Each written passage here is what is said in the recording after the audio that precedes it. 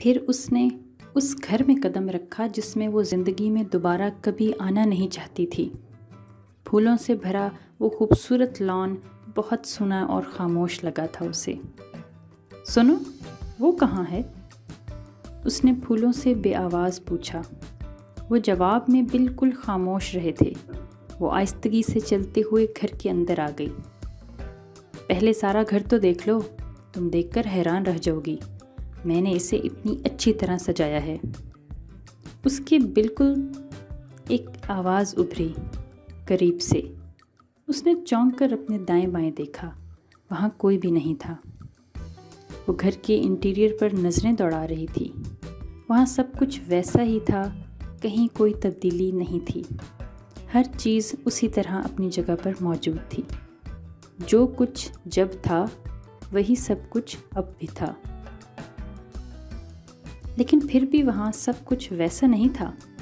وہاں ایک کمی تھی، بہت بڑی کمی، سب سے بڑی کمی۔ وہ اپنے قدموں کو گھسیٹتے ہوئے لاؤنج سے نکل کر ڈائننگ روم میں آئی تو پیچھے لاؤنج سے ایک آواز آئی، کبھی کبھی مجھے ڈر لگنے لگتا ہے، محبت کے کھو جانے کا ڈر، اس کے چھن جانے کا ڈر، پتہ نہیں محبت اتنی وہمی کیوں ہوتی ہے۔ اس نے مڑ کر لاؤنج میں رکھے صوفے کی طرف دیکھا۔ اوپر سے غصہ دکھا رہی ہو، اندر سے تو خوش ہو رہی ہوگی کہ جس بندے کے پیچھے اتنی لڑکیاں پڑی ہیں وہ میرے پیچھے پڑا ہے۔ اس نے زخمی نگاہوں سے اس خالی صوفے کی طرف دیکھا۔ وہ وجود آج اپنی مخصوص کرسی پر سے غائب تھا۔ اس کے دل میں ایک اگ ہوک اٹھی۔ وہ فوراً ڈائننگ روم سے نکل آئی۔ سامنے نظر آتے کچن کی طرف خود بخود ہی اس کے قدم اٹھتے۔ خود ہی بدتمیزی کرتی ہو، پھر مظلوم سی شکل بنا کر رونے بھی کھڑی ہو جاتی ہو۔ زندگی میں بہت سی باتیں ہمیں ناگوار گزرتی ہیں، مگر کسی ناگوار بات پر اس طرح سے ریئیکٹ کرنا بالکل مناسب نہیں ہے۔ تمہارے کل کے رویے پر مجھے بہت دکھ ہوا ہے۔ وہ خاموشی سے اسی جگہ کو تک رہی تھی۔ آج وہاں کوئی نہیں تھا جو اس سے کہتا، نہیں ہوں بابا میں تم سے ناراض، اب کب تک یہ رونی صورت بنائے رکھو گی؟ اس کے دل نے شدت سے دعا مانگی کہ کہیں سے بھی وہ آ جائے، بالکل اچانک وہ آئے اور آ کر اسے حیران کر دے۔ اس نے بھینچ کر آنکھیں بند کیں، پھر دوبارہ کھولیں۔ اس کی دعا قبول نہیں ہوئی تھی، وہاں پر کوئی بھی نہیں تھا۔ اس نے رونے کی کوشش کی، مگر اس کی آنکھوں سے آنسو ہی نہیں نکل رہے تھے۔ وہ رونا چاہتی تھی، بہت شدت سے اور چیخ چیخ کر رونا چاہتی تھی، مگر برسوں سے آنکھوں کے اندر جمے ہوئے آنسو ایک بار پھر پگھلنے سے انکاری ہو گئے تھے۔ آپ فرسٹ کیوں نہیں آئے ارتضیٰ بھائی؟ وہ بہت خفگی سے اس کی سمت دیکھ رہی تھی۔ ہر سال ارتضیٰ اپنی کلاس میں پہلی پوزیشن لیا کرتا تھا۔ اب کی بار جب وہ پہلی پوزیشن نہیں لے پایا تو سب ہی کو خاصا دکھ ہوا تھا، مگر کسی نے اس سے کچھ نہیں کہا تھا، بلکہ سب نے اس کا حوصلہ بڑھانے اور دلجوئی کرنے کی کوشش کی تھی، مگر صبا، اور وہ یہ بات برداشت کر ہی نہیں سکتی تھی کہ ارتضیٰ غضنفر کہیں کسی جگہ ہارے۔ ارتضیٰ کی کلاس میں دوسری پوزیشن صبا کے لیے ایسی تھی جیسے وہ فیل ہو گیا ہو۔ وہ خود بھی تھوڑا دل برداشتہ سا تھا، اسی لیے صبا کا لہجہ، روٹھے لہجے میں کیا جانے والا شکوہ شاید زیادہ شدت سے محسوس ہوا تھا۔ دیکھا نہیں تھا کتنی طبیعت خراب تھی ارتضیٰ کی؟ امتحان کے دنوں میں پیپر سے 2 دن پہلے تو بیچارہ ہاسپٹل سے ڈسچارج ہو کر گھر آیا تھا، اور گھر آ کے بھی کہاں طبیعت سنبھلی تھی۔ لیکن اتنی بیماری میں بھی میرا بچہ اتنے اچھے گریڈز کے ساتھ پاس ہوا ہے، کلاس میں دوسری پوزیشن لی ہے، میرے لیے تو یہی بہت ہے۔ انشاءاللہ اگلے سال ارتضیٰ ہی پہلی پوزیشن لے گا، ساری ٹرافیاں اور تمام شیلڈز میرے بیٹے ہی کو ملیں گی۔ اماں سے ارتضیٰ کی اداس شکل دیکھی نہ گئی تھی۔ جھٹ اس کا سر اپنے کندھے سے لگاتے ہوئے بہت محبت سے بولی تھی۔ 1-2 دن وہ اس صدمے کے زیر اثر رہا، مگر پھر اس نے اپنی اس ناکامی کا اعصاب پر سوار ہونے کی بجائے ایک نارمل انداز میں دیکھنا شروع کر دیا تھا۔ ہمیشہ جیتنے والے کبھی ہار بھی تو جاتے ہیں۔ اب میں نے مختلف انداز میں سوچنا شروع کر دیا۔ مجھے پتہ چلا ہے کہ میں کبھی نمبر 2 بھی ہو سکتا ہوں، ضروری نہیں جب اور میں چاہوں وہی مجھے مل جائے. کبھی کبھی میرے بہت چاہنے پر بھی مجھے میری پسندیدہ چیز نہیں مل سکتی اور مجھے اسے نارمل طریقے سے لینا چاہیے. اس روز اسکول جاتے ہوئے ارتضیٰ نے یہ بات ظفر سے کہی تھی. ابھی اس کی عمر اتنی زیادہ نہیں تھی جتنا وہ میچیور ہو گیا تھا. پتہ نہیں ماں کی کمی نے اسے اس وقت سے پہلے میچیور کر دیا تھا یا پھر اس سوچ نے کہ وہ اس گھر کا بڑا بیٹا ہے. جو بھی تھا، بہرحال وہ اپنی عمر سے زیادہ سمجھدار اور بردبار تھا، جبکہ صبا اپنے بچپن کے دنوں کو پوری طرح خوب انجوائے کر رہی تھی. بہت ضدی، بہت شریر، بہت جلدی روٹھنے اور اتنی ہی جلدی مان جانے والی بچی تھی. وہ ارتضیٰ سے 7 سال چھوٹی تھی، مگر ان دونوں کی محبت اور آپس کی دوستی بہت تھی. ان کی دلچسپیاں اور مشاغل بھی قریب قریب ایک جیسے تھے. کبھی ایسا ہوتا کہ ظفر اور ارتضیٰ کے دوست گھر پر کھیلنے آئے ہوئے ہوتے، وہ زبردستی ان لوگوں کے کھیل میں شامل ہونے کی کوشش کرتی تو ظفر ہمیشہ اسے جھڑک کر بھگا دیا کرتا تھا. لڑکیاں کرکٹ نہیں کھیلتی، تم جا کر اپنی ڈالز سے کھیلو. اپنے سے 6 سال چھوٹی بہن کو وہ ذرا کم ہی خاطر میں لایا کرتا تھا. وہ منہ بسورتے ہوئے ارتضیٰ کی طرف دیکھتی تو وہ اس کی آنکھوں میں آنسو دیکھ کر ظفر کو ٹوکتے ہوئے اسے کھیل میں شامل کر لیا کرتا تھا. ظفر اور باقی دوست منہ بناتے ہوئے اس نادر شاہی کا حکم سنا کرتے. ارتضیٰ کا اس سے بڑا شفقت بھرا، دھیما اور بزرگانہ انداز ہوا کرتا تھا. کبھی اگر ظفر کسی بات پر صبا کو سخت لہجے میں کچھ کہتا یا ڈانٹ ٹپٹ کرتا تو ارتضیٰ فوراً اسے ٹوکتا. ابھی وہ چھوٹی ہے ظفر، کیا ہو گیا ہے؟ اگر اس نے تمہارا پین لے لیا استعمال کر کے رکھ دے گی واپس. وہ اپنی حمایت کرنے پر ارتضیٰ کی طرف مسکراتی نظروں سے دیکھنے لگی. لیکن صبا، یہ بہت بری بات ہے، بغیر پوچھے کسی کی چیز لینا. تمہیں اگر پین اچھا لگ رہا تھا، اسے لکھنے کا دل چاہ رہا تھا تو تم ظفر سے پوچھ کر لیتی. ظفر کے جانے کے بعد وہ اس کے پاس بیٹھ کر متانت سے سمجھاتا تو وہ اپنی غلط حرکت پر شرمندہ ہوتی، آئندہ کسی کی چیز بغیر پوچھے نہ لینے کا وعدہ کرتی. ارتضیٰ کے ان ہی رویوں کے سبب وہ اس سے بہت قریب ہو گئی تھی. اپنی ہر پرابلم وہ بڑے آرام سے اس سے ڈسکس کر لیا کرتی تھی. وہ بغیر ٹوکے بڑے سکون سے اس کا ہر مسئلہ سنتا اور پھر اس کا کوئی نہ کوئی حل بھی بتا دیتا. وقت کچھ آگے بڑھا. ارتضیٰ اور ظفر اسکول سے نکل کر کالج اور کالج سے یونیورسٹی پہنچ گئے، لیکن اس کی ارتضیٰ کے ساتھ دوستی میں کوئی کمی نہیں آئی. رات کو وہ ارتضیٰ کے کمرے میں گئی. وہ اپنی اسٹڈی میں رائنگ ٹیبل پر بیٹھا پڑھنے میں مصروف تھا. آپ بزی ہیں؟ میں بعد میں آ جاؤں گی. وہ اسے مصروف دیکھ کر پلٹنے لگی تھی. ایسا کچھ خاص مصروف تو نہیں ہوں، بس صرف آج کے لیکچرز پر ایک نظر ڈال رہا ہوں. پوچھو کیا پوچھنا ہے؟ ارتضیٰ نے فائل بند کرتے ہوئے اسے جانے سے روکا.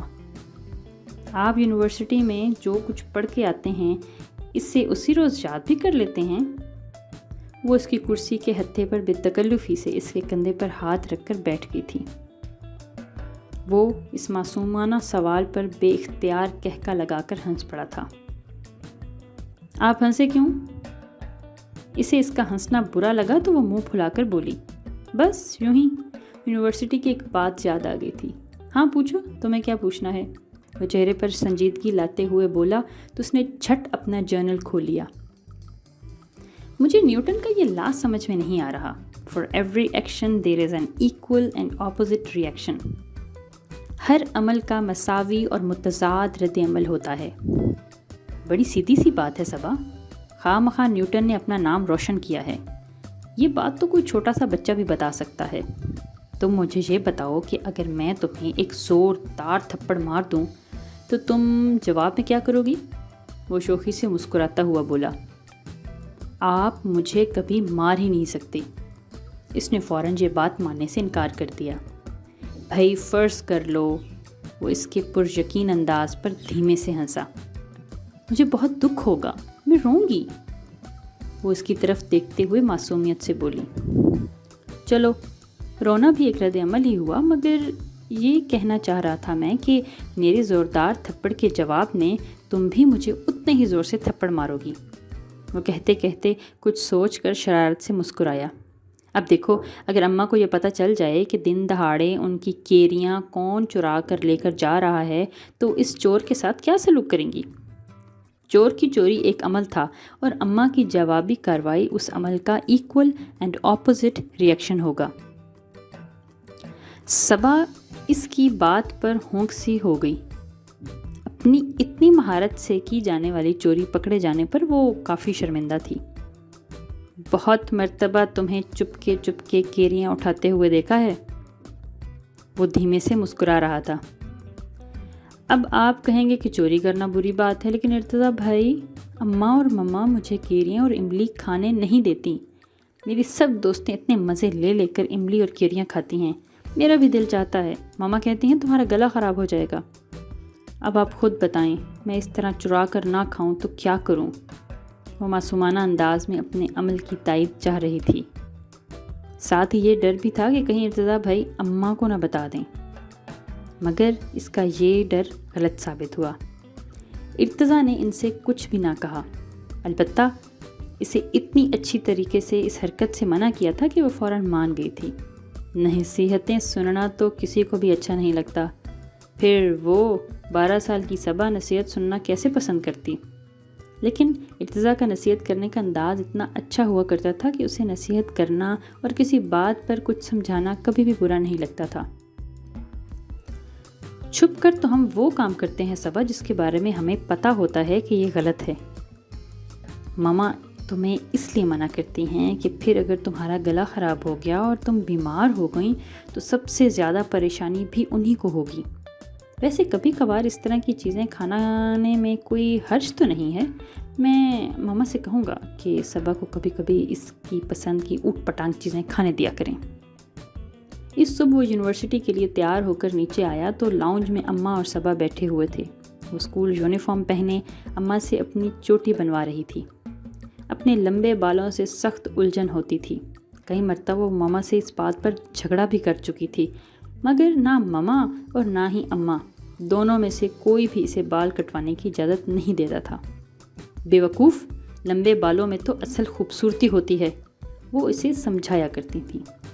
وہ حیران ہوتی کہ ان فضول لمبے بالوں میں اماں اور ماما کو خوبصورتی کہاں سے نظر آ جایا کرتی تھی۔ اس کے لیے تو یہ خوبصورتی وبال جان تھی۔ ماما مصروف تھیں، وہ اماں کے پاس آ تو گئی تھی لیکن اسے ان کی بنائی چوٹی پسند نہیں آ رہی تھی۔ اس نے اماں کی بنائی چوٹی کھول دی تھی اور اماں اس کے نخروں پر سخت برہم نظر آ رہی تھیں۔ بڑھاپے میں اتنا دم کہاں سے لاؤں کہ تمہاری ماں جیسی کسی ہوئی تمہارے مطلب کی چٹیا باندھ دوں؟ وہ دونوں الجھی ہوئی تھیں۔ لاؤ صبا، میں بنا دوں۔ اخبار ایک طرف رکھتے ہوئے ارتضیٰ نے اچانک اپنی خدمات پیش کیں تو اماں کے ساتھ ساتھ صبا بھی اس پیشکش پر بری طرح حیران ہوئیں۔ اس میں حیران ہونے والی کیا بات ہے بھائی؟ اتنی دیر سے میں اماں کو دیکھ رہا ہوں، وہ یہ تو بڑا آسان سا کام ہے۔ اماں صبا پر غصے کے باوجود بھی ارتضیٰ کی اس انوکھی پیشکش پر ہنسنے لگی تھیں، جبکہ وہ اماں کے ہاتھ سے برش لے کر ارتضیٰ کے پاس آ گئی تھی۔ اماں ہنستے ہوئے اس دلچسپ سی سچویشن کو دیکھ رہی تھیں۔ ارتضیٰ اوپر صوفے پر برش لیے بیٹھا تھا اور صبا اس کے پیروں کے پاس کارپٹ پر۔ اتنے لمبے بال صبا، تم ان میں کیا ڈالتی ہو؟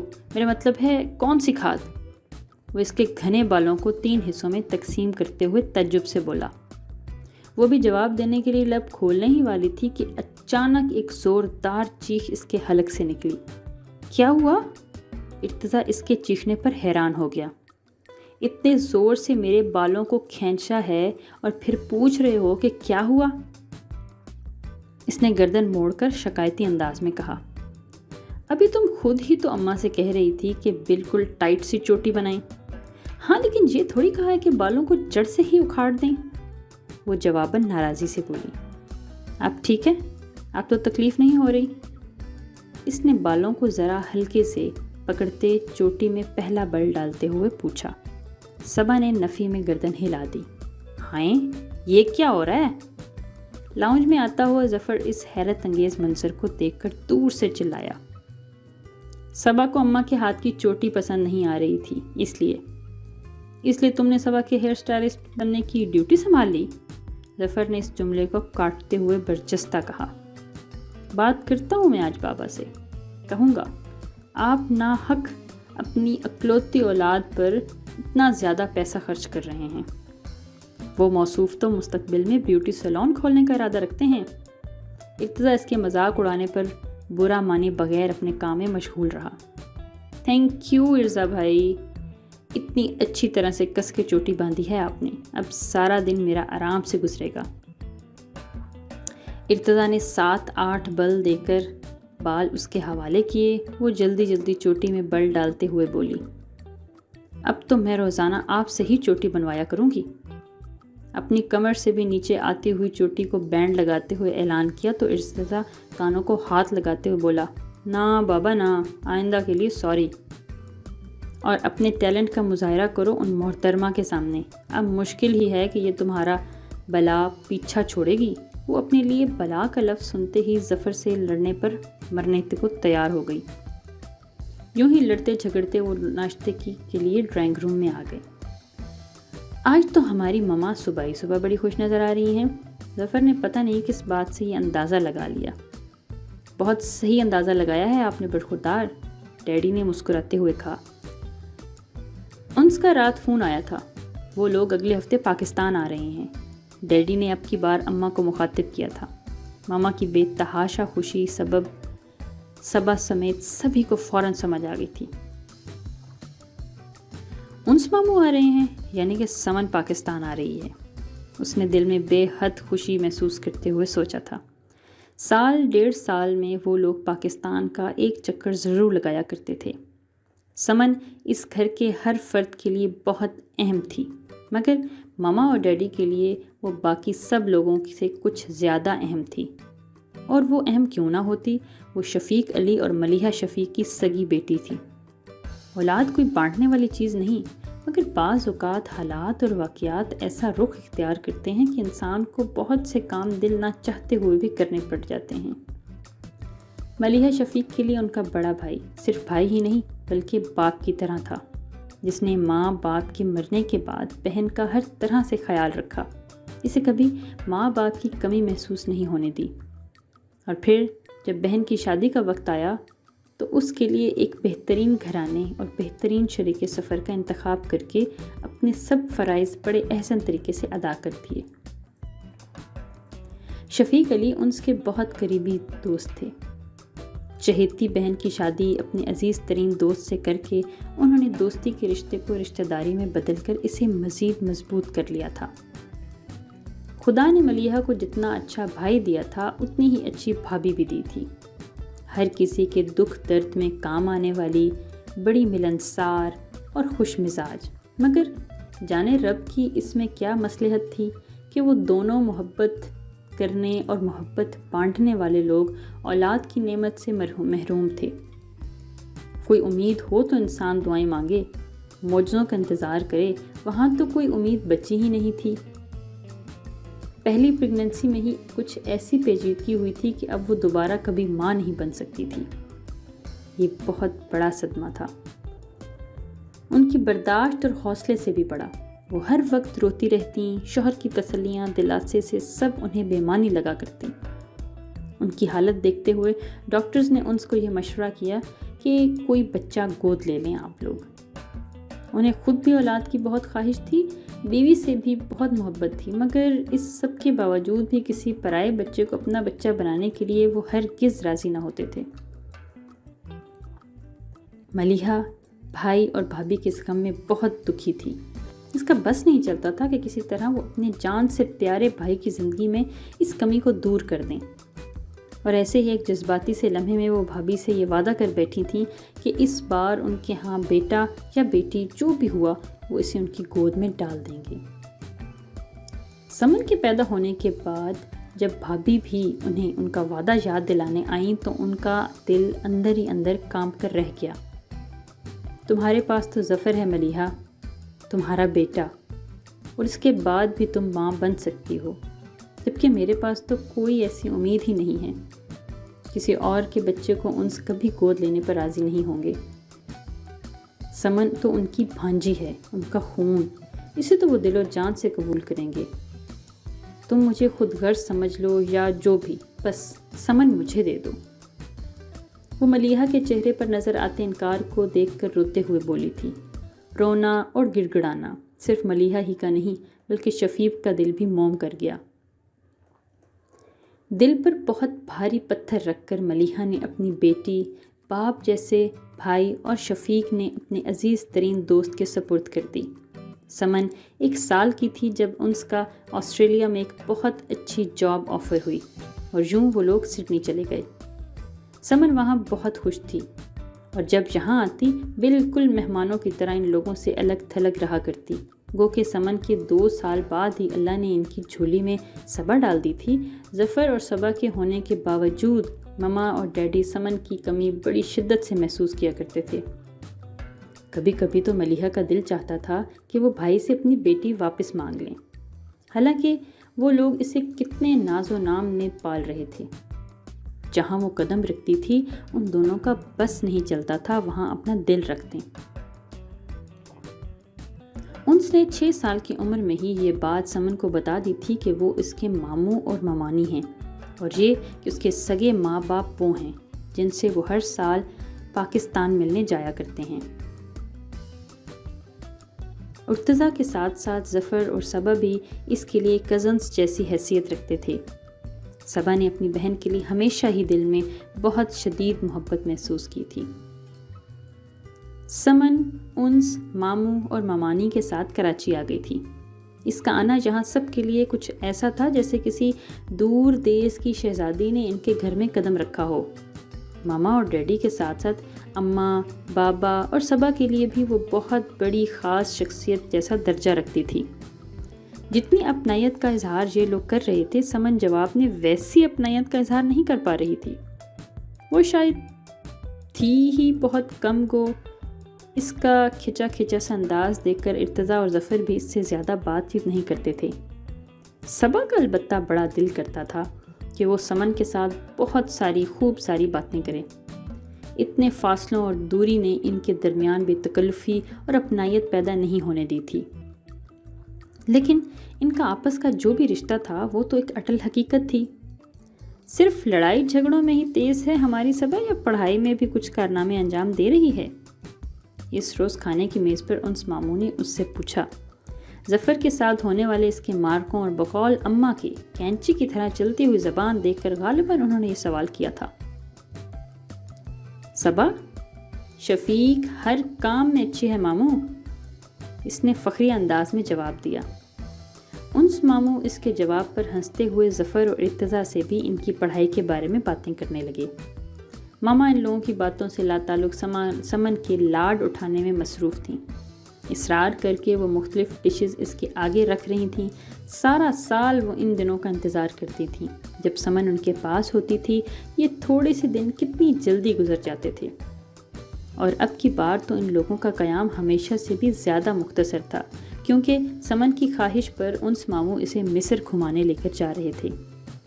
چند دن کراچی میں گزارا کر کے ان لوگوں کو قاہرہ جانا تھا۔ سمن نے صبا کو بتایا کہ اس نے اپنی ہسٹری کی کتاب میں مصر کے بارے میں کافی کچھ پڑھا ہے اور اسی وجہ سے اسے وہاں جانے کا بہت شوق ہوا ہے۔ اس نے حسرت سے سمن کی طرف دیکھا۔ صرف 14 سال کی عمر میں پتہ نہیں اس نے کیا کیا پڑھ ڈالا۔ کم از کم صبا کو تو ہسٹری میں قطعاً کوئی دلچسپی نہیں تھی۔ انس ماموں سے باتوں کے دوران ہی بابا نے یہ انکشاف کر کے کہا کہ وہ ارتضیٰ کو آنرز کے لیے مزید تعلیم کے لیے لندن بھیجنے کا ارادہ رکھتے ہیں۔ صبا کے تو جیسے اوسان خطا ہو گئے، ایسی کوئی بات اس سے پہلے تو اس کے علم میں کبھی نہیں آئی تھی۔ ارتضیٰ کا انداز بھی ایسے تھا جیسے وہ اس بات سے پہلے سے باخبر تھا، اور یقیناً بے حد خوش بھی۔ وہ کھانے کے بعد اس کے پیچھے پیچھے اس کے کمرے میں آ گئی۔ آپ نے کبھی مجھے بتایا بھی نہیں کہ بابا آپ کو پڑھنے کے لیے باہر بھیجنے جا رہے ہیں؟ وہ اندر آتے ہی شکایتی انداز میں بولی۔ اس بارے میں پہلے سے کیا شور مچاتا، بس ایک روز بابا نے پوچھا کہ کیا تم لندن جا کر پڑھنے میں انٹرسٹڈ ہو، میں نے ہاں کر دی، اور پھر صبا ابھی تو میرے جانے میں بہت وقت پڑا ہے۔ اس نے حسب معمول بڑی نرمی سے اس کے سوال کا جواب دیا۔ آپ مت جائیں نا ارتضیٰ بھائی، پاکستان میں رہ کر بھی تو پڑھائی کی جا سکتی ہے نا۔ وہ اس کے بچکانہ سے اسرار پر آہستگی سے ہنسا۔ ابھی تو اس سب نے بہت دن پڑے ہیں، تم کیوں بلا وجہ اس بات کو سر پہ سوار کر رہی ہو؟ جاؤ جا کر سمن کو کمپنی دو، وہ اتنی دور سے تم سے ملنے آئی ہے۔ ارتضیٰ نے رسانیت سے کہا، اور ارتضیٰ کے سمجھانے پر وہ وقتی طور پر بہل گئی تھی۔ دوسری یہ بات بھی ذہن میں تھی کہ جب جانے کا وقت آئے گا تو انہیں جانے نہیں دوں گی، ہمیشہ کی طرح سمن تھوڑے سے دن رہ کر چلی جائے گی، کتنے دنوں تک ماما بے بات اس کا ذکر کر کے روتی رہیں گی۔ اچھا تو تم یہاں ہو، میں سارے گھر میں تمہیں ڈھونڈ رہا تھا۔ ظفر نے کچن میں آتے ہوئے ارتضیٰ کو مخاطب کیا۔ ہاں، میں اور صبا مل کر پین کیک بنا رہے ہیں، آ جاؤ تم بھی، تمہاری دعوت بھی کرتے ہیں، کیا یاد کرو گے تم بھی؟ اس نے سر گھما کر ظفر سے کہا۔ سوئمنگ کے لیے نہیں چل رہے؟ میں تو تمہیں اسی لیے ڈھونڈ رہا تھا۔ ظفر اور ارتضیٰ اکثر سوئمنگ کے لیے شام میں ایک ساتھ ہی جایا کرتے تھے۔ موڈ تو تھا میرا جانے کو، لیکن اب صبا سے پین کیک بنانے کا وعدہ کر لیا ہے تو وعدہ پورا کرنا پڑے گا۔ وہ خاموشی سے کھڑی ارتضیٰ اور ظفر کی گفتگو سن رہی تھی۔ ظفر اس کے انکار پر کندھے اچکاتا کچن سے باہر چلا گیا اور وہ دونوں ایک مرتبہ پھر پین کیک بنانے میں مصروف ہو گئے تھے۔ اسے خود تو بنانا نہیں آتا تھا، وہ تو بس ارتضیٰ کو کام کرتے ہوئے دیکھے جا رہی تھی، اور خود ارتضیٰ ذہن پر زور ڈال رہا تھا کہ اب کیا کرنا ہے اور کیا ڈالنا ہے کا ورد کیے جا رہا تھا۔ بڑی کوششوں اور جان توڑ محنت کے باوجود بھی جو چیز تیار ہوئی تھی اسے پین کیک کے علاوہ سب کچھ کہا جا سکتا تھا۔ وہ خود ہی اپنے بنائے ہوئے اس عجوبے کا مذاق اڑانے اور منہ بنا بنا کر اسے کھانے میں پیش تھا۔ صبا پین کیک کے بارے میں اس کے دلچسپ تبصروں کو خوب انجوائے کر رہی تھی۔ ارتضیٰ اکثر یونیورسٹی سے سیدھا بابا اور ڈیڈی کے پاس آفس چلا جایا کرتا تھا۔ بابا چاہتے تھے کہ وہ دوران تعلیم ہی ارتضیٰ بزنس کے اتار چڑھاؤ اور عملی زندگی کی دشواریوں سے آگاہ ہو جائے اور انہیں حل کرنا بھی سیکھ جائے۔ چاہتے تو وہ بھی تھے کہ ظفر بھی ارتضیٰ ہی کی طرح آفس آیا کرے، لیکن ظفر کو بزنس میں ذرا بھی دلچسپی نہیں تھی۔ وہ فزکس میں آنرز کر رہا تھا اور اپنے متعلقہ مضمون کے علاوہ اسے کسی چیز میں دلچسپی نہیں تھی۔ بابا اور ڈیڈی دونوں ہی بچوں پر روک ٹوک اور پابندیوں کے خلاف تھے۔ ڈیڈی کی کتنی شدید خواہش تھی کہ ظفر MBA کرے، لیکن جب اسے فزکس میں ماسٹرز کی خواہش ظاہر کی تو انہوں نے خوشی خوشی اس کو اجازت بھی دے دی۔ ارتضیٰ کا آنرز مکمل ہوتے ہی بابا نے اس کے لندن جانے کے تمام انتظامات مکمل کر لیے۔ وہ لندن اسکول آف اکنامکس سے MSc کرنے جا رہا تھا۔ صبا اس کے جانے کا سن کر بہت روئی تھی، وہ اسے ہر ممکن روکنے کی کوشش کر رہی تھی۔ آپ مت جائیں ارتضیٰ بھائی، آپ چلے گئے تو پھر مجھے میتھس کون پڑھائے گا، اور ہسٹری میں جو اتنی ساری ڈیٹس یاد کرنی پڑتی ہیں وہ کون یاد کروائے گا؟ وہ ارتضیٰ کا ہاتھ پکڑ کر ملتجبانہ انداز میں بولی۔ اس وقت لاؤنج میں اماں، ماما اور ظفر بھی موجود تھے۔ ارتضیٰ اس کے کندھے پر پیار سے ہاتھ رکھ کر بردباری سے سمجھانے لگا، میں پرومس لے کر جاؤں گا ظفر سے، وہ تمہیں ڈانٹے گا بھی نہیں اور پڑھائی میں بھی ہیلپ کرے گا۔ مگر وہ اس کی بات سمجھنے کے لیے بالکل بھی تیار نہیں تھی۔ اور صبا، میں کوئی ہمیشہ کے لیے تھوڑی جا رہا ہوں، تم دیکھنا اتنی جلدی 2 سال گزریں گے اور میں واپس آ کر تم سب لوگوں سے ملوں گا۔ وہ اس کے آنسو صاف کرتے ہوئے یقین دلانے لگا۔ ہاں، اگر وہاں کسی میم نے انہیں اپنے چنگل میں نہ پھنسا لیا تو۔ ظفر نے بڑی برجستگی سے کہتے ہوئے ایک نظر اماں کے چہرے پر ڈالی۔ میرا بیٹا ایسا نہیں ہے، اماں نے بڑے یقین اور اعتماد سے کہا۔ یعنی یہ طے ہے کہ آپ جائیں گے ضرور، میرے روکنے سے بھی نہیں رکیں گے۔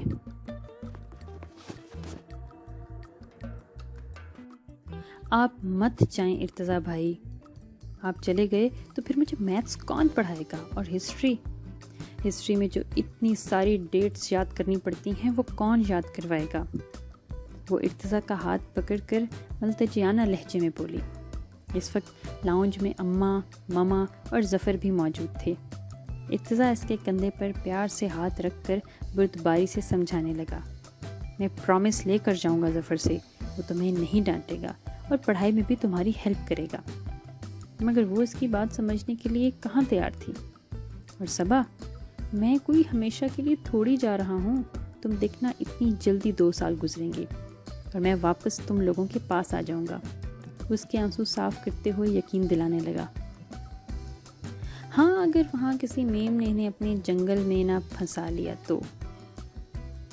جنگل والی بات سن کر ظفر نے بڑی دلچسپی سے ایک نظر اماں کے چہرے پر ڈالی۔ میرا بیٹا ایسا نہیں ہے، اماں نے بڑے یقین اور اعتماد سے کہا تھا۔ یعنی یہ طے ہے کہ آپ جائیں گے ضرور، میرے روکنے سے بھی نہیں رکیں گے۔ وہ گفتگو کا موضوع تبدیل ہوتا دیکھ کر چڑچڑے پن سے بولی۔ ارتضیٰ نے بڑی بے بسی سے اس کی طرف دیکھا۔ وہ اسے ناراض کر کے نہیں جانا چاہتا تھا۔ اس وقت بھی اس کا ہاتھ تھامے آنکھوں میں آنسو اور ناراضی لیے بیٹھی تھی۔ صبا، کیا تمہارا دل نہیں چاہتا کہ تمہارے ارتضیٰ بھائی خوب سارا پڑھیں؟ ماما نے اسے اپنے پاس بٹھاتے ہوئے پیار سے پوچھا۔ دل تو چاہتا ہے ماما، لیکن ماما نے اس کی بات مکمل ہونے نہیں دی تھی۔ اگر مگر کچھ نہیں، کبھی کبھی اپنے پیاروں کو ان کی بہتری اور فائدے کے لیے خود سے دور بھیجنا پڑتا ہے صبا۔ اگر تمہیں اپنے ارتضیٰ سے اتنا ہی پیار ہے تو تمہیں اسے خوشی خوشی رخصت کرنا ہوگا۔ ارتضیٰ نے تشکر آمیز نظروں سے ماما کی طرف دیکھا تھا۔ اپنی 13 سال کی نٹ کھٹ اور ضدی سی کزن کو جو بات وہ نہیں سمجھا پا رہا تھا، وہ ماما نے اتنی آسانی سے اس کو سمجھا دی۔ ایئرپورٹ پر جب وہ لوگ ارتضیٰ کو الوداع کہنے آئے تو وہ پلکیں جھپکا جھپکا کر اپنے آنسو روک رہی تھی۔ میں تمہیں پابندی سے خط لکھا کروں گا صبا، اور فون بھی بہت جلدی کیا کروں گا، بالکل پکا پرومس کر رہا ہوں۔ وہ اس کا ہاتھ تھام کر محبت بھرے انداز میں بولا۔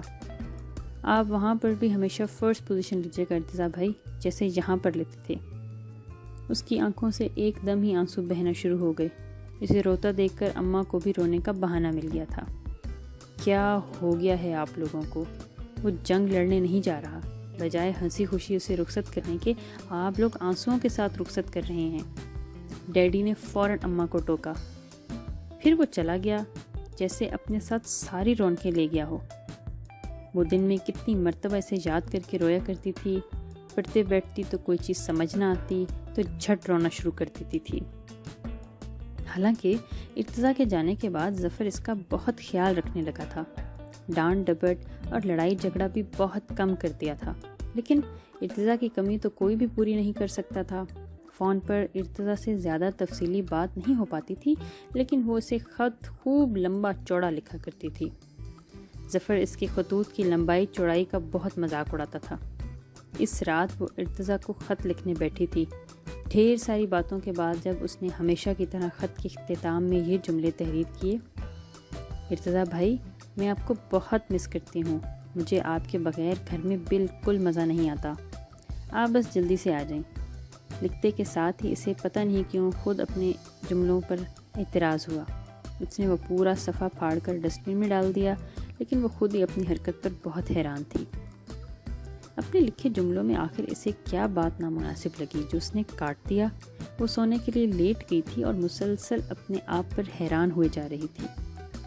اپنے رویے کا تجزیہ کرتے ہوئے اسے خود اپنے آپ میں بعض ایسی باتیں پتہ چلیں جن پر ابھی تک اس نے غور نہیں کیا تھا۔ پچھلے کچھ عرصے سے وہ ارتضیٰ کا فون آنے پر اس سے بہت سنبھل کر اور سوچ سمجھ کر باتیں کرنے لگی تھی۔ پہلے کی طرح بے دھڑک اور بے جھجک اپنے دل میں موجود ہر بات نہیں کہتی تھی۔ اس کے فون کا اسے پہلے کی طرح بڑی بے چینی سے انتظار رہا کرتا تھا۔ اس کے خطوط کا وہ پہلے سے بھی زیادہ شدت سے انتظار کرنے لگی تھی۔ دن میں کئی مرتبہ جا کر لیٹر باکس چیک کرتی تھی کہ اس کا خط آیا ہے یا نہیں، لیکن پتہ نہیں کیوں اب وہ اس سے پہلے جیسی بے تکلفی سے بات نہیں کر پاتی تھی۔ ارتضیٰ کا انداز بھی تو پہلے جیسا نہیں ہوا تھا، لیکن صبا شفیق اب شاید بڑی ہو گئی تھی۔ یہ اس کا اسکول میں آخری سال تھا جب اسے ارتضیٰ سے جھجک محسوس ہونا شروع ہو گئی تھی۔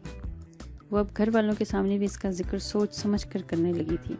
پتہ نہیں ارتضیٰ نے اس تبدیلی کو محسوس کیا تھا یا نہیں، مگر خود اس نے اپنی اس تبدیلی کو شدت سے محسوس کیا تھا۔ اب وہ خود پر حیران ہوتی تھی کہ کیسے ارتضیٰ کے جانے پر اس نے ننھے بچوں کی طرح رونا دھونا مچایا تھا۔ وہ اب بھی اسے پہلے کی طرح شدت سے یاد آیا کرتا تھا۔ وہ اب بھی اسے یاد کر کے بے طرح رویا کرتی تھی، لیکن اپنے کمرے میں سب سے چھپ کر۔ اب جب وہ اسے یاد کر کے روتی تو اس کا دل چاہتا کہ کسی اور کے کونے میں کسی اور کو اس کے رونے کا پتہ نہ چلے، اسی لیے وہ کسی کونے میں جا کر روتی۔ ارتضیٰ کا ایم ایس سی کا پہلا سال تو مکمل ہو گیا تھا۔ بابا نے اسے چھٹیوں میں پاکستان آنے کے لیے کہا۔ سبھی کا اسے دیکھنے اور اسے ملنے کا بہت دل چاہا، لیکن ارتضیٰ نے اگلی فون کال پر اماں اور بابا سے اپنے دوستوں کے ساتھ آسٹریلیا جانے کی اجازت مانگ لی۔ اماں اور بابا دونوں ہی فوراً اجازت دے دی انہوں نے۔ اسٹوڈنٹ لائف میں یہ بے فکری اب اسے کہاں ملے گی؟ اچھا ہے وہ اپنے دوستوں کے ساتھ زندگی کی خوبصورتیوں کو انجوائے کرے، ہمارے پاس تو پھر اسے ہمیشہ رہنا ہی ہے۔ بابا نے فون رکھنے کے بعد ڈیڈی کو ساری بات بتاتے ہوئے کہا۔ اسے ارتضیٰ کے نہ آنے کا اتنا دکھ نہیں ہوا تھا کہ وہ رات کتنی دیر تک تکیے میں منہ چھپاتے ہوئے روتی رہی تھی۔ وہ ارتضیٰ سے پوری طرح ناراض ہو گئی تھی۔ ارتضیٰ آسٹریلیا میں اپنے دوستوں کے ساتھ چھٹیاں انجوائے کرنے کے بعد واپس لندن آ گیا، اور واپس آ کر اس نے سب گھر والوں سے بات کی تو اس نے بات نہیں کی۔ تم بات نہیں کرو گی؟ ظفر نے اسے صوفے پر الگ تھلگ اس انداز میں بیٹھ کر پوچھا۔ اس نے نفے میں سر ہلا کر سامنے پڑا میگزین اٹھا لیا، لیکن وہ اپنی یہ خود ساختہ ناراضگی زیادہ دیر تک قائم نہیں رکھ پائی تھی۔ اس روز اماں نے ارتضیٰ کو فون کیا تو ان کی بات ختم کر لینے کے بعد اس نے ریسیور ان کے ہاتھ میں لے لیا۔ کیا سڈنی کا ساحل کراچی کے ساحل سے زیادہ خوبصورت ہے؟ سلام دعا کے بعد فوراً اس نے روکھے لہجے میں شکوہ کیا تھا۔ ہاں خوبصورت ہے تو۔ وہ اس کا شکوہ سمجھنے کے باوجود سنجیدگی سے بولا۔ وہ مذاق بھی ہمیشہ پوری سنجیدگی کے ساتھ کیا کرتا تھا۔ وہاں کی ہر چیز خوبصورت ہے، وہاں کے ساحل، وہاں کا قدرتی حسن، وہاں کی آب و ہوا۔ وہ اس کی لہجے کی اشارات سمجھ نہیں پائی تھی، اس لیے اس بات پر اپنے دل نے مزید دکھ محسوس کیا۔ اتنی ساری خوبصورتیوں کے باوجود مجھے وہاں خوبصورتی نظر نہیں آ رہی تھی، اس لیے کہ وہاں صبا شفیق نہیں تھی۔ ایک سیکنڈ کا ڈرامائی وقفہ دے کر اس نے ہنستے ہوئے اپنی بات مکمل کی۔ اگر آپ آ جاتے تو کتنا اچھا لگتا سب کو، اتنے دنوں بعد سب گھر والے اکٹھے ہوتے، کتنا مزہ آتا۔ کہتے تم ٹھیک رہی ہو، لیکن یار کبھی کبھار دوستوں کے ساتھ گھومنے پھرنے کا بھی تو دل چاہتا ہے نا۔ اور پتہ ہے تمہیں، میں وہاں ان انکل کے گھر بھی گیا تھا۔ ماما نے خاص طور پر تاکید کی تھی کہ سڈنی جا رہے ہو تو ان انکل کے گھر بھی ضرور جانا۔ وہ اس بات سے پہلے سے ہی واقف تھی۔ سمن کیسی ہے ارتضیٰ بھائی؟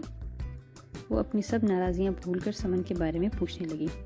سمن ٹھیک ہے، اور تمہیں ایک مزے کی بات بتاؤں صبا؟ ہم لوگ سمن کو جتنا روڈ اور کم گو سمجھتے ہیں وہ ایسی نہیں ہے۔ بہت زیادہ باتونی تو خیر وہ نہیں ہے، لیکن جس طرح یہاں آ کر خاموش رہتی ہے ایسی بھی نہیں ہے۔ مجھ سے اس نے کافی سارے باتیں کی تھیں۔ انکل اور آنٹی کے ساتھ سمن نے بھی بہت اچھی طرح میزبانی کی۔ وہ تمہاری بھی خیریت کا پوچھ رہی تھی مجھ سے، کہہ رہی تھی کہ کیا صبا ابھی بھی ظفر بھائی کے ساتھ جھگڑتی ہے، اور کیا سیڑھیاں چڑھتے وقت وہ ابھی بھی 3 سٹیپس ایک ساتھ پھلانگتی ہے۔ وہ ہنستے ہوئے اسے سمن کے بارے میں بتا رہا تھا۔ صبا بھی بے اختیار کھلکھلا کر ہنس پڑی۔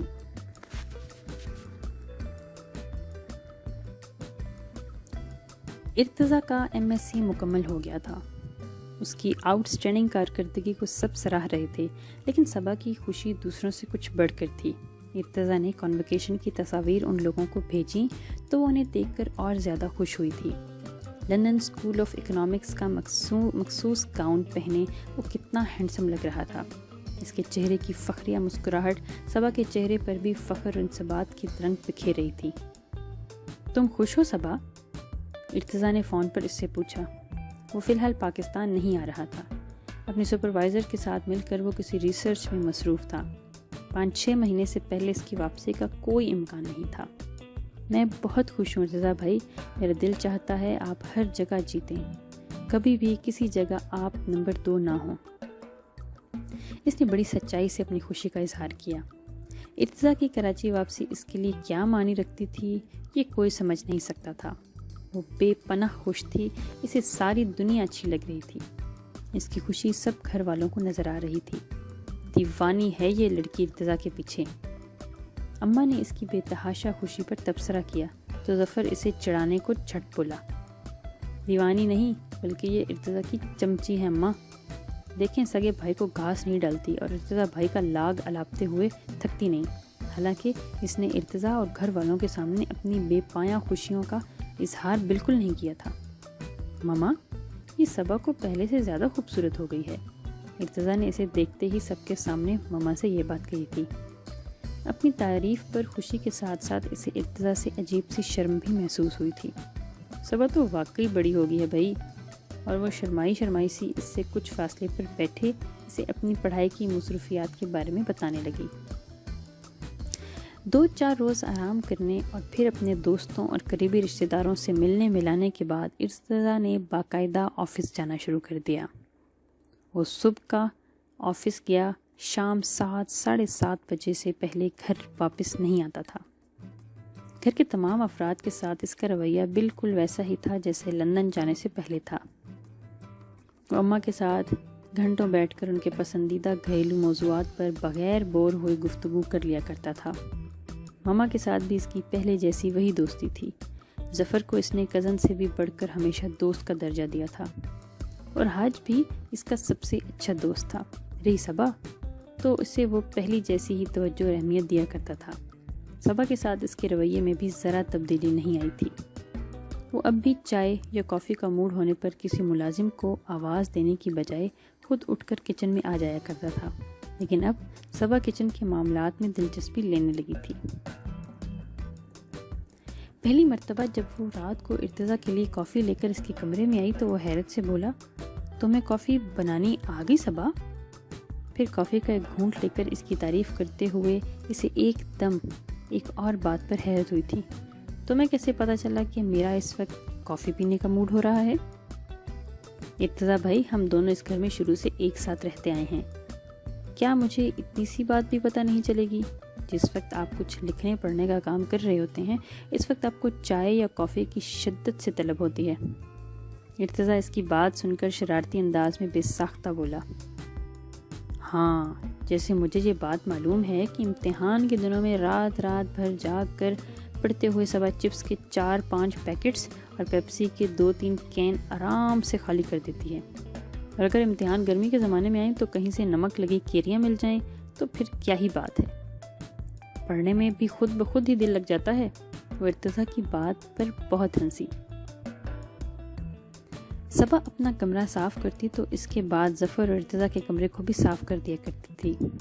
ارتضیٰ کے کمرے اور اسٹڈی کی تمام چیزوں کو صاف کرنا، ترتیب سے ان کو ان کی اصل جگہ پر رکھنا اسے بہت اچھا لگتا تھا۔ ارتضیٰ کو تو شاید یہ بات معلوم نہیں تھی کہ صبا ہر روز اس کی بکھری اور بے ترتیب چیزوں کو کرینہ سے واپس ان کی اصل جگہ پر رکھتی تھی۔ اس نے خود بھی کبھی ارتضیٰ کو یہ بات نہیں بتائی تھی۔ ارتضیٰ صبا کی بعض تبدیلیوں کو بہت انجوائے کرتا تھا۔ وہ نہ اب اس کا ہاتھ پکڑ کر ضدیں کرتی تھی اور نہ اس کے کندھے پر سر رکھ کر اپنی جائز و ناجائز فرمائشیں پوری کروایا کرتی تھی۔ چھوٹی سی صبا اب بڑی ہو گئی تھی، لیکن وہ کتنی بھی بڑی ہو جاتی، ارتضیٰ کی نظر میں اسے ہمیشہ بچی ہی رہنا تھا۔ اگر کوئی اس سے پوچھتا کہ ارتضیٰ غضنفر، صبا تمہارے لیے کیا ہے، تو ایک لمحے کے لیے دیر لگائے بغیر کہتا کہ صبا اس کی چھوٹی سی کیوٹ سی کزن ہے، اور اس چھوٹی سی شریر سی بچی سے وہ بے تحاشا پیار کرتا ہے۔ وہ ان کے گھر میں سب سے چھوٹی بچی تھی، اس نے ہمیشہ اسے بچوں ہی کی طرح ٹریٹ کیا تھا۔ وہ اس کا اسی طرح خیال رکھتا تھا جیسے گھر کے سب چھوٹے بچے گھر کے بڑے افراد رکھتے ہیں۔ وہ 7 سال کا تھا جب صبا پیدا ہوئی تھی۔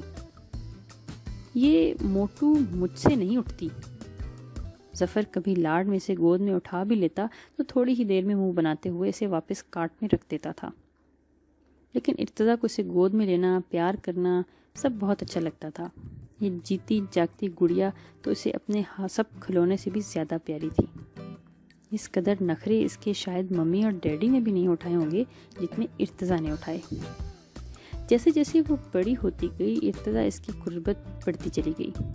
وہ اپنے چھوٹے چھوٹے مسائل اس کے پاس لے کر آتی تھی تو کبھی کبھار تو وہ اس کی بچکانہ باتوں سے بھی چڑھ جاتا تھا، مگر کچھ کہہ کر اس کا دل بھی توڑنا نہیں چاہتا تھا۔ اور یہ وقت کتنی تیزی سے گزرتا تھا۔ وہ چھوٹی سی بچی بڑی ہو گئی تھی، لیکن اس کے لیے صبا آج بھی وہی صبا تھی، معصوم سی، ضدی سی، شرارتی سی بچی۔ ماما جو دن رات سمن کو یاد کر کے آنسو بہاتی اور اکثر بھائی بھاوج سے بیٹی کو واپس مانگ لینے کا سوچا کرتی تھیں، ان کی یہ خواہش بہت تکلیف دہ انداز میں پوری ہو گئی تھی۔ ان کی پیاری اور لاڈلی سمن واپس ان کے پاس آ گئی تھی، مگر اس کا یہ آنا خوشیوں کے ساتھ نہیں ہوا تھا، وہ آنسوؤں کے ساتھ واپس ان کے پاس آئی تھی، اور انہوں نے بھی اس کا استقبال آنسوؤں کے ساتھ ہی کیا تھا۔ کتنا بڑا غم کا پہاڑ ٹوٹا تھا ماما اور سمن پر۔ انس ماموں اور ممانی کا ایئر کریش میں انتقال ہو گیا تھا۔ ماما کی سمجھ میں نہیں آ رہا تھا کہ سمن کو تسلی اور دلاسے دیں یا خود اپنے آپ کو۔ وہ جان سے عزیز بھائی جسے انہیں اس قدر محبت تھی کہ اپنے جگر کا ٹکڑا اس کے حوالے کر دیا تھا، اس کی جدائی کا دکھ کوئی معمولی دکھ نہیں تھا۔ ڈیڈی سمن کو اپنے ساتھ لے کر کراچی آئے تھے۔ روتی ہراساں سی سمن، وہ سمن لگ ہی نہیں رہی تھی جس سے وہ لوگ واقف تھے۔ سب سے الگ تھلگ وہ سارا دن کمرے میں پڑی رہتی تھی۔ یہاں پر سب اس کے اپنے تھے، اس کے خونی رشتے، مگر وہ ان سب کو اجنبی نگاہوں سے تکا کرتی تھی۔ ماما اپنا غم بھلا کر سمن کی دلجوئی میں لگ گئی تھیں۔ گھر کا ہر فرد دل و جان سے اسے خوش رکھنے اور یہ احساس دلانے میں کہ یہ گھر اپنا ہے مصروف تھا۔ صبا سمن کو کسی بھی وقت اکیلے نہیں رہنے دیتی تھی۔ اکثر وہ اسے اپنے کمرے سے زبردستی نکال کر باہر لے آتی، اور اگر وہ سختی سے انکار کرتی تو پھر وہ خود بھی وہیں اس کے پاس بیٹھ جایا کرتی تھی، اپنے کالج اور دوستوں کے اوٹ پٹانگ قصے سے سنایا کرتی تھی۔ اسے ہمیشہ سے ہی سمن کے دل میں بہت محبت محسوس کی ہے۔ رات کی تنہائی میں جب وہ گھٹ گھٹ کر بے آواز روتی تو صبا بری طرح بے چین ہو جاتی تھی۔ سمن، میں تمہاری بہن ہوں، سگی بہن، تم چھپ چھپ کر اکیلے رونے کی بجائے میرے گلے لگ کر کیوں نہیں روتی؟ تم اپنے دکھ اور اپنے آنسو مجھ سے شیئر کر لو سما، پلیز پلیز سمن۔ اس رات اسے کمبل میں منہ چھپائے خاموشی سے آنسو بہاتا دیکھ کر وہ رہ نہیں پائی تھی۔ سمن ایک دم ہی اس کے بازو پر سر رکھ کر پھوٹ پھوٹ کر رو پڑی۔ ممی، پاپا کے بغیر زندگی میں کچھ نہیں رہا صبا۔ ماموں اور ممانی کا غم بہت بڑا ہے سمن، مگر تم یہ بھی سوچو کہ اس غم کو جھیلنے کے لیے تم تنہا نہیں ہو، ہم سب تمہارے ساتھ ہیں۔ تم ہمارے دل کے بہت قریب ہو۔ تمہارے آنسو مما اور ڈیڈی کے لیے، اس فرد کے ہر گھر فرد کے لیے بہت دکھ میں مبتلا کرتے ہیں سمن۔ وہ چھوٹی ہو کر بڑی بہن کو اس طرح سے تسلیاں دے رہی تھی اور خود لگائے بڑے پیار سے سمجھا رہی تھی، دلاسے دے رہی تھی۔ پتہ نہیں اس کے لفظوں میں کوئی جادو تھا، یا اس کے انداز میں والہانہ پن، یا کوئی ایسی شدت تھی کہ سمن ساری اجنبیت اور غیریت بھلا کر اس رات سارے وقت اس کے گلے لگ کر اپنے سب غم ہلکے کرتی رہی۔ صبح وہ کالج کے لیے تیار ہو رہی تھی جب سمن کی آنکھ کھلی۔ سو جاؤ، ابھی سے مت اٹھو، اپنی نیند پوری کر لو، رات بھر کی جاگی ہوئی ہو۔ تم بھی تو میرے ساتھ جاگی تھی۔ سمن کمبل میں ایک طرف ہٹاتے ہوئے اٹھ کر بیٹھ گئی۔ میری تو مجبوری ہے یار، کالج نہ جانا تو کبھی نہ اٹھتی اتنی جلدی۔ وہ ڈریسنگ ٹیبل کے آگے کھڑی خود ایک دائرانہ نگاہ ڈالتے ہوئے کلائی پر گھڑی باندھ رہی تھی۔ ویسے تمہیں میرا تم کہنا اور تمہارا نام لینا برا تو نہیں لگتا نا؟ پہلے کی بات دوسری تھی، پہلے تو تم مجھ سے کزن کی حیثیت سے ملا کرتی تھی، لیکن اب تم میری بڑی بہن ہو، اور وہ بھی پورے 2 سال بڑی بہن۔ سمن اس کی بات ہنستے ہوئے نفی میں سر ہلا دیا۔ یعنی تمہیں برا نہیں لگتا، یہ اچھا ہے، ورنہ اگر تم خود کو بچو یا آپ ہی کہلواتی تو مجھے خواہ مخواہ میں تمہارا اتنا احترام کرنا پڑتا، اور پھر یار احترام کے لیے ارتضیٰ بھائی اور ظفر بھائی کافی ہیں، تم تو بس میری دوست ہو۔ اس نے سمن کے چہرے پر اتنے دنوں کے بعد پہلی مرتبہ اپنائیت بھرا تاثر ابھرتا دیکھا۔ ڈیڈی نے سمن کی مرضی سے اس کا کراچی یونیورسٹی میں ایڈمیشن کروا دیا، یوں اس کی تعلیم کا منقطع ہونے والا سلسلہ پھر سے جڑ گیا۔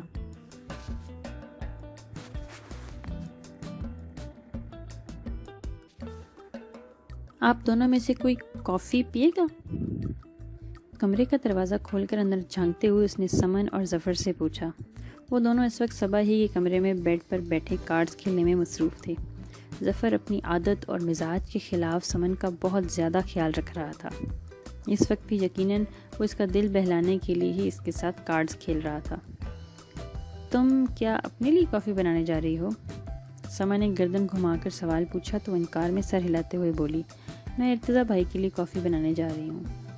وہ اتنی رات کو تم سے کافی بنوا کر پیتے ہیں؟ سما نے تعجب سے پوچھا۔ اس تعجب میں ناگواری بھی چھپی ہوئی تھی۔ رات کے 12 بجے ارتضیٰ کا اپنی بہن سے کافی کی فرمائش کرنا اسے بہت برا لگا تھا۔ وہ کیوں کہے گا، اسے خود ہی شوق ہے اس کی چمچہ گیری کرنے کا۔ اصل میں تو یہ شروع ہی سے ارتضیٰ کی چمچی ہے، اس کے سامنے اپنے سگے بھائی تک کو خاطر میں نہیں لاتی۔ ابھی تمہیں آئے دن زیادہ دن نہیں ہوئے، اس لیے حیران ہو رہی ہو۔ آہستہ آہستہ تمہیں پتہ چلے گا کہ کیسے یہ سگے بھائی پر اپنے ارتضیٰ بھائی کو ترجیح دیتی ہے۔ ظفر نے پتہ پھینکتے ہوئے سمن کو آگاہ کرنے کی کوشش کی۔ صبا اس حملے پر بلبلاتے ہوئے جھٹ کمرے کے اندر آ گئی۔ ارتضیٰ بھائی بہت اچھے ہیں سمن، تمہاری تو خیر سبجیکٹ بھی بہت مختلف ہیں، ورنہ تم دیکھتی کہ وہ پڑھائی میں تمہاری کس قدر مدد کرتے۔ اتنے کیئرنگ اور نرم مزاج ہیں ارتضیٰ بھائی کہ تمہیں کیا بتاؤں۔ اپنی ذہانت اور علم پر انہیں بالکل بھی غرور نہیں۔ آخری جملے خالصتاً ظفر کے لیے کہے گئے تھے۔ سمن کے اس طنز پر ہنستے ہوئے ظفر کو دیکھنے لگی جو صبا کو نو لفٹ کروا کر اپنی توجہ طور پر کارڈز کی طرف مبذول کروا چکا تھا۔ ظفر ٹیکساس یونیورسٹی میں اپنے ایڈمیشن کے مراحل کی طرف مصروف تھا۔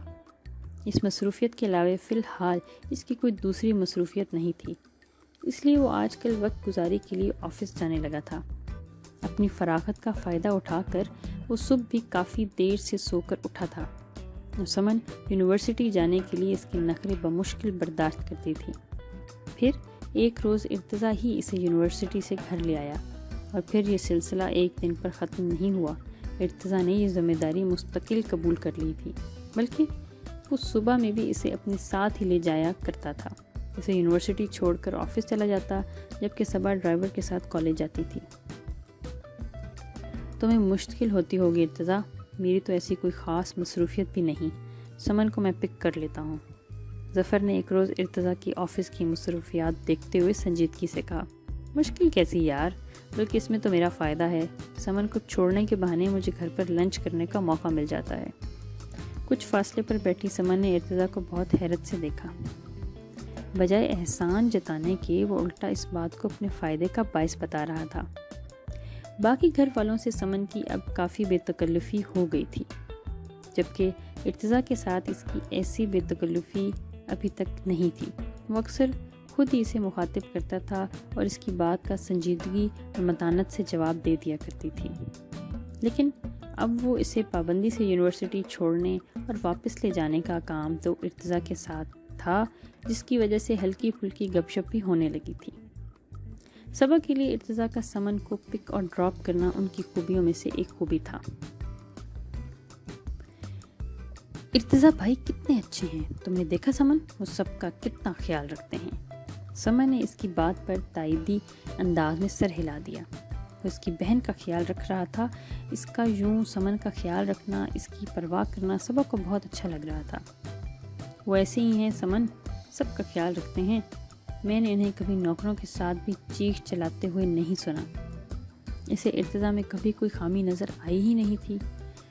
جو اس نے کہا وہ صحیح ہے، جو وہ کر رہا ہے وہ صحیح ہے، وہ کبھی غلط ہو ہی نہیں سکتا تھا۔ وہ کچن میں گھسی اپنی بوریت سے نجات حاصل کرنے کی کوئی تدبیر سوچ رہی تھی۔ چھٹی کا دن تھا، کل ہی مومنہ سے اس نے چاکلیٹ آئس کریم کی ترکیب سیکھی تھی۔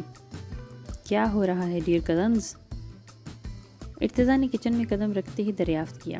چاکلیٹ آئس کریم بنا رہی ہوں ارتضیٰ بھائی، مومنہ سے ریسیپی لی تھی میں نے، وہ اپنے ہاتھ میں پکڑے ہوئے کاغذ پر نظریں دوڑا کر جواب بولی۔ آئس کریم بن رہی ہے؟ پھر تو بھائی مزہ آ جائے گا۔ ارتضیٰ نے فریج سے بوتل نکالتے ہوئے خوشی سے کہا، ہاں اگر آئس کریم اچھی بن گئی تو، ورنہ تو میری ساری محنت ضائع ہو جائے گی۔ دکھاؤ ترکیب ہے کیا؟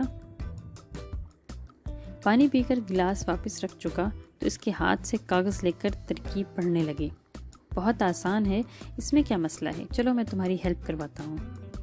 وہ جو اکیلی بور ہو رہی تھی تو اب بوریت بھی دور ہو گئی تھی اور ایکتا کے ساتھ ہونے کی وجہ سے جوش و خروش اچانک ہی بڑھ گیا تھا۔ وہ دونوں باتیں کرتے ہوئے آئس کریم بنانے کی تیاری میں لگ گئی جب سمن کچن میں آئی۔ کیا بن رہا ہے؟ ان دونوں کی اتنی سنجیدگی سے سر جوڑے دیکھ کر اس نے فوراً پوچھا۔ صبا آئس کریم بنا رہی ہے اور میں اس کی مدد کروا رہا ہوں۔ ارتضیٰ نے گردن موڑ کر سمن کو بغور دیکھتے ہوئے جواب دیا۔ تمہیں صبا سے کام ہے یا مجھ سے؟ آپ نے کیسے اندازہ لگایا ارتضیٰ بھائی کہ میں کسی کام سے آئی ہوں؟ وہ بری طرح حیران ہوئی۔ حیران تو صبا بھی ہوئی تھی کیونکہ خود اسے تو بالکل بھی نہیں لگا کہ صبا یہاں کسی کام سے آئی تھی۔ کیسے اور کیوں؟ میں کیا رکھا ہے؟ آپ کام بتائیں مس سمن۔ وہ اس کی حیرت کے جواب میں شوخی سے مسکراتے ہوئے بولا، مجھے آپ ہی سے کام ہے ارتضیٰ بھائی، لیکن اگر آپ اس وقت مصروف نہیں تھے اور تھکے ہوئے بھی نہیں ہیں تو… اس نے ہچکچاتے ہوئے کہا، نہ میں مصروف ہوں اور نہ میں تھکا ہوا ہوں، کہو کام کیا ہے؟ ارتضیٰ نے اس کی ہچکچاہٹ اور تکلف کے جواب میں اپنائیت اور آسانیت سے کہا، کل میرا ٹیسٹ ہے، مجھے اپنے گھر جانا ہے ایک دوست کے، اور ایک بک بھی لانی ہے وہاں سے۔ اگر آپ مجھے وہاں لے چلیں، زیادہ دور نہیں ہے اس کا گھر، صرف 10 منٹ کی ڈرائیو پر ہے۔ شکر ہے اس کا گھر زیادہ دور نہیں ہے، اگر دور ہوتا تو میں تمہیں کبھی نہ لے کر جاتا۔ اچھا ہوا تم نے اس بات کی پہلے سے وضاحت کر دی، وہ سمن کو پکارتے ہوئے خفگی سے بولا، پھر فوراً ہی اس نے رخ صبا کی طرف کر لیا۔ تم جب تک آئس کریم تیار کرو، میں ان محترمہ کو 10-15 منٹ کی ڈرائیو پر واقعی ان کی فرینڈ کے گھر پہنچاؤں گا۔ وہ کچھ طنزی انداز میں کہتا ہوا فوراً کچن سے باہر آ گیا۔ اسے جاتا دیکھ کر سمن بھی تیزی سے اس کے پیچھے چلی گئی۔